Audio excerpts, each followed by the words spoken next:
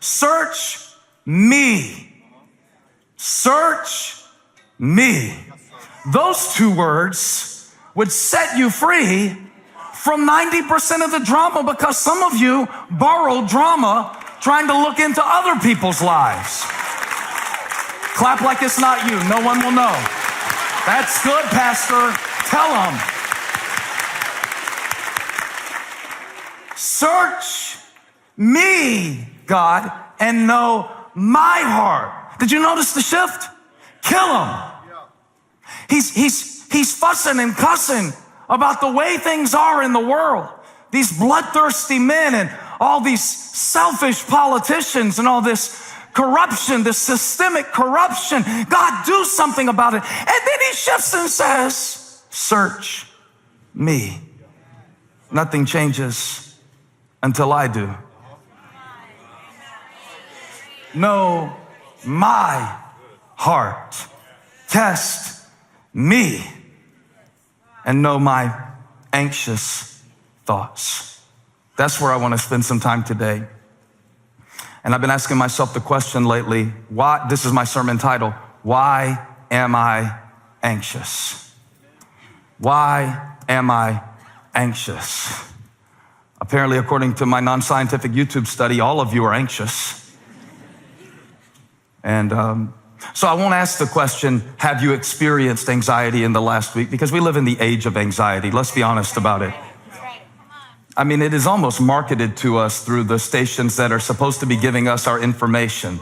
They actually engage us using fear tactics so that they can sell advertising time, often promoting the same drug and pharmaceutical companies that are owned by the same conglomerates that push out the information that is designed to make us anxious. But let's be careful, because we sound like David now in verse 22. Kill him, God. But David came to a place where he said, you know, it's not what's happening out there that makes me anxious.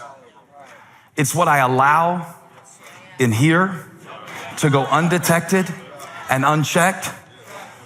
It's my thought process. He uses an actual Hebrew word that means disquieting thoughts. It's translated as closely as it can be into English, anxious thoughts. So David is saying now, it is not what is happening that is creating anxiety. It is the way I am thinking about it. Look at verse 24. I know that David didn't know about neural pathways, but it sounds like he did, because he said, I want you to look inside, God, and see, you got 24, if there is any offensive way in me. And now we know that when we think something long enough, it creates a 485 in our minds, a 77 in our minds. What's the highway in Toronto, LJ? I don't know. The 401 for our Canadian friends and Drake. There's a process by which I get stuck in a rut. And so David is saying, see if I've been thinking in a way that has allowed the enemy to traffic in my mind, where I've just been letting him in. And that's what I want to do today. I want to take you through a 7-point test answering the question, why am I anxious? And hopefully help us to get past this point of answering that question with somebody else's name. And hopefully get us past the point of answering that question by mentioning something that is happening that is outside of our control. And hopefully to get us to the place where we can see that not only is God watching over my life, that's what David understood. It's that when Saul is trying to kill me, God is watching over me. God has his surveillance system in every situation of my life. He will not suffer my foot to be moved. The Lord which keepeth thee, he's got 24/7 surveillance on me. Touch somebody, say, you better be nice to me.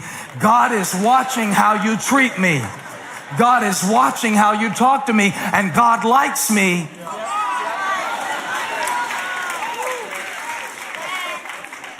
How do you parents like it when somebody talks about one of your kids? God feels that way about you times 1,000, and he's watching out for you. So why am I anxious if my Father knows my needs? Why am I anxious if he's numbered the hairs on my head? Why am I anxious if he promised to supply every need? And I got to get honest about it. I'm not necessarily referring to this in a medical sense. Please don't take this to mean that I'm saying that your sin or behavioral choices are always responsible for anxiety. But what I want to show you today, regardless of where it's coming from, because I'm not a doctor, you have to talk to Stacy if you want some help with that. But maybe there are some ways in me that are making me vulnerable to the way that things are and allowing me to remain anxious. When the Bible says do not be anxious, I don't think it means that we can never feel anxiety. It is when we stay anxious. It doesn't mean that there won't be moments and seasons in your life where your hands are shaking. Demi Lovato couldn't sing the national anthem without her hands shaking. I don't know if you saw it. She's sang in front of a lot of people. That's not what I'm talking about. I'm talking about this pervasive sense of when things are going right, you can't even enjoy them because it probably won't last long. I mean, looking around every corner for what's going to happen next. And I want to take you through something quickly today. It's kind of a sermon/seminar from Psalm 139. It's a psalminar. I thought you'd like that. It's a psalminar. And pay attention and write this down. If you don't write this down, you're not going to sleep any this week. You're going to have horrible stomach pains while you try to sleep. But write this down, and God will bless you. Number one, when I am anxious, ask somebody next to you, why are you anxious? All right, the first thing to check is your intake. The first thing that I consider when I'm anxious is how full I am of what? Because I found out that anxiety and cellulite have one thing in common. You can't pray either one of them away. They are both about intake. Ooh, they showed me this new feature on my phone the other day. Can I show you? My kids are always showing me stuff, and so they showed me a feature on my phone the other day. Hold on, I got a text from Holly. Okay. She just told me this should be my next book. Okay, but let me show you something else right now. You know, all these great functions on the iPhone. This is, what is this, a 7? A 7? The iPhone 7 has this function, and I want to show it to you. If you hit this button and hold it on the side, and then you'd be shocked how many, y'all don't want to learn nothing today. You would be shocked. Because I'm going to tell you a secret. There is no way that we can take it. Somebody say it's too much.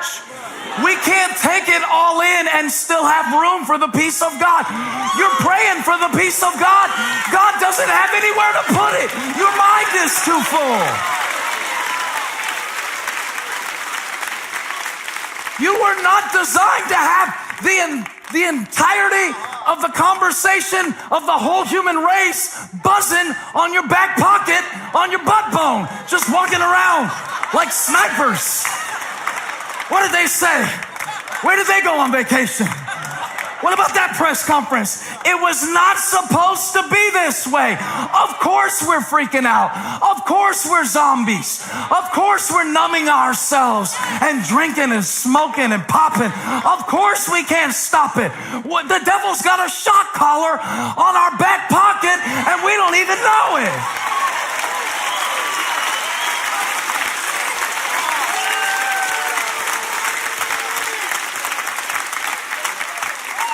Y'all are messing up my seminar. Sit down.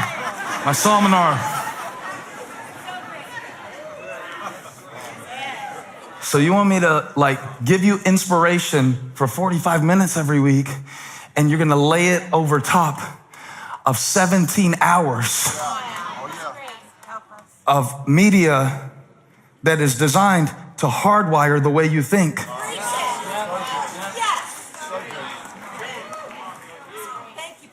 What hope do we have to have peace if we don't make a place for it?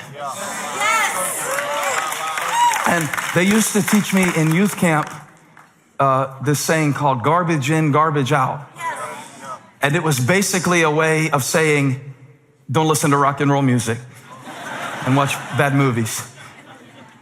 And there's some good to that too. I think you got to be in tune with your conscience in terms of what creates a sense of darkness in you, and you have to know that, and we shouldn't make rules for each other, but say, God, search me. I think that's very good. But I also think that sometimes what we don't take in is just as fatal to our faith as what we do take in. I think some of us are on a spiritual starvation diet and we don't even know it. And so we have faith that we don't feed, and then we cannot access strength that we actually possess if we feed it. And so you've got to get your intake levels up. You've got to, Buck, when he first started trying to get me to work out more, he said, the first thing I want you to do, because he was telling me the only way for me to get the result I wanted, he said, you got to do two things. What was the little cheesy motivational poster you had up in your gym? You can't out-train a bad diet. Is that what it said? And he was like, so I want you to keep a food log and write down everything you eat. And I didn't do it, but I thought it was a good idea, because before I can change what I take in, I need to track what I take in. I wonder what it would look like if you kept a thought log of just what you let in. So if you let the enemy in and then pray for God to drive him out, it creates a cycle where you are creating your own state of mind that you're trying to pray away. So there has to be a knowledge, search me, God. You have to let God show you. You have to let his eyes see what it is that you're taking in. And I even mean this in terms of relationships. Some of the people that you are around are draining your faith. And I know you have to be around them a little bit, but you might need to put on a little protective, UV 75, SPF 75, spiritual protection 75, just to get around them. And I think it would be good sometimes for us to check our intake levels. Oh, well, you know what? I didn't read a Bible verse since the last time they put one on the screen for me at Elevation Church. I got all these apps on my phone, and 97% of them are empty calories. I mastered Candy Crush. I'm not saying don't play Candy Crush, because Holly would leave me if I put that out there in the universe. She loves Candy Crush. But I'm pretty concerned sometimes that we're filling ourselves with empty calories. And then so we're weak in the battle and we wonder why. Check your intake.